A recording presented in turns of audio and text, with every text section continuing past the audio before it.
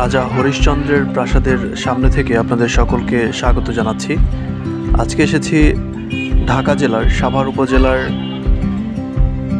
সাভার পৌরসভার মধ্যে অবস্থিত একটি পুরাকীর্তি, একটি প্রত্নতাত্ত্বিক একটি স্থান বলা যায় এটাকে। এটা হচ্ছে তৎকালীন সময়ের অন্যতম একটি রাজপ্রাসাদ, যেটা এখন ধ্বংসাবশেষ হিসেবেই এখানে পড়ে আছে। উপরের দিকে উঠলে এরকম একটি মাঠের মতো একটি দৃশ্য দেখা যায়, যেটা আর কি প্রাসাদের উপরের অংশটা। ঠিক সামনে যেগুলো এখনো মাটির নিচেই রয়ে গেছে, এরকম একটি ধ্বংসাবশেষ বা পুরাকীর্তি আমরা সামনে লক্ষ্য করি, যেখানে ছেলেমেয়েরা এখন সময় কাটাচ্ছে, তাদের অবসরের সময়টাকে তারা উপভোগ করছে। এখন যেখানে দাঁড়িয়ে আছি এটা প্রাসাদের একটা অংশ।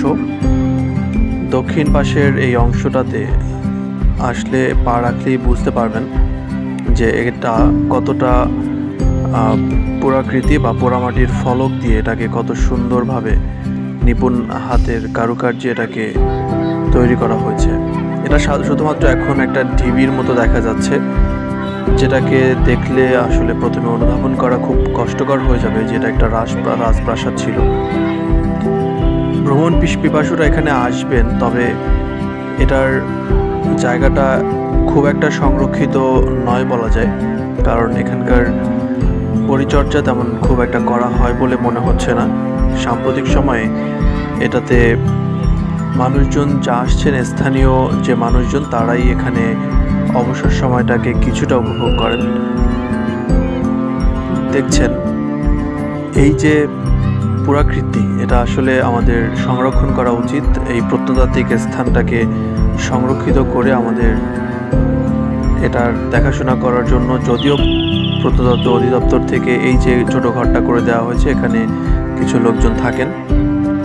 সকাল 9টা থেকে বিকেল 5টা বা সন্ধ্যা পর্যন্ত এখানে ভ্রমণ পিপাসুরা আসতে পারবেন এবং সময় কাটাতে পারবেন।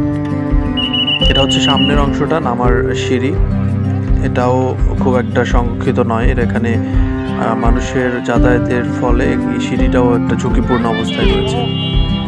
তো আজকে এ পর্যন্তই ছিল সাভার উপজেলা থেকে রাজা হরিশ্চন্দ্রের প্রাসাদ থেকে। আজকের মতো এখানেই বিদায় নিচ্ছি। সুস্থ থাকবেন, ভালো থাকবেন, দেখা হবে অন্য কোনো জায়গায়।